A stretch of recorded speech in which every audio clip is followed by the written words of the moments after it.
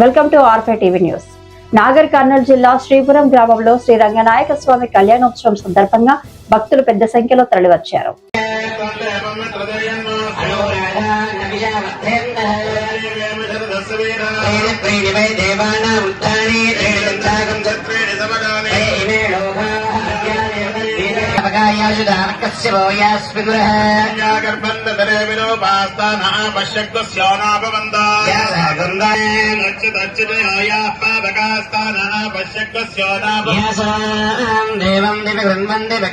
अंतरिक्षे बहुधा प्रबंधे प्रथमे पयसान्वन्द चक्रास्ताना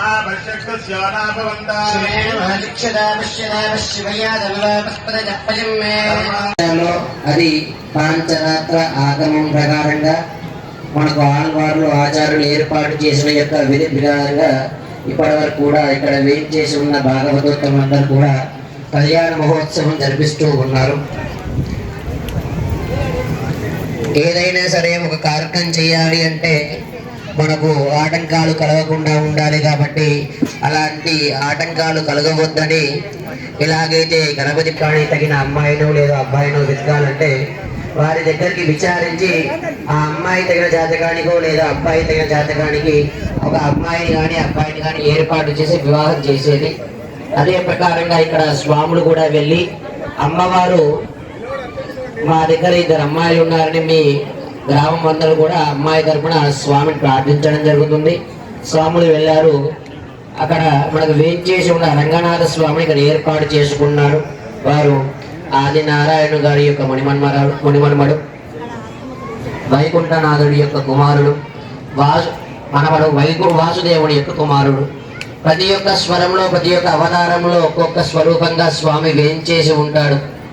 ఒకటే స్వరూపంగా మనకు అన్ని దగ్గరలా మనం ఆరాధించిన ఆ అవతారం ఎత్తడానికి కోసం కొన్ని అవసరమైన యొక్క గర్భంలో జన్మించినటువంటి వాడు రాముడుగా ఎత్తాల్సిన సుమిత్ర కౌశల్య యొక్క కృష్ణుడుగా యశోదకి ఎలా అయితే ఆవిర్భవించాడో ఇక్కడ రంగనాథుడుగా మనకు సూర్య ఇష్వాకు మనువు నుంచి వచ్చినటువంటి రంగనాథుడు కాబట్టి ఆదినారాయణుడు గారి యొక్క మునిమన్మడుగా వైకుంఠం నుంచి వచ్చాడు కాబట్టి వైకుంఠనాథుడి యొక్క మన్మడుగా వాసుదేవం నుంచి వచ్చిన అంశగా కాబట్టి రంగనాథ స్వామిగా ఇక్కడ వేయించేసి ఉన్నాడు. మనకు ఎక్కడ కూడా చెప్తూ ఉంటాం గోదా రంగనాథ స్వామి అని. కానీ మనం ఎప్పుడు కూడా అర్చన చేయాల్సింది శ్రీదేవి, భూదేవి, గోదాదేవి, నీలాదేవి స్వరూపాలుగా స్వామిని ఆరాధన చేస్తూ ఉంటాము. ఇక్కడ 2 అమ్మవార్ల యొక్క గోత్రనామాలు కూడా చెప్పుకుందాము. ఆడవాళ్ళకి ఎన్ని ఉన్నా కూడా 2 ముఖ్యమైన పదార్థాలు కానీ వస్తువులు కానీ కావాలి. మొదలు కావాల్సింది సౌభాగ్యం. ఎన్ని ఉన్నా కూడా సౌభాగ్యం ఇచ్చినంత ఐశ్వర్యం వేరే ఏది ఇవ్వదు. అలాగే లావణ్యము అంటే సౌందర్యము. ఇవి 2 కూడా అమ్మాయిలు మాకే కావాలని కోరుకుంటారు.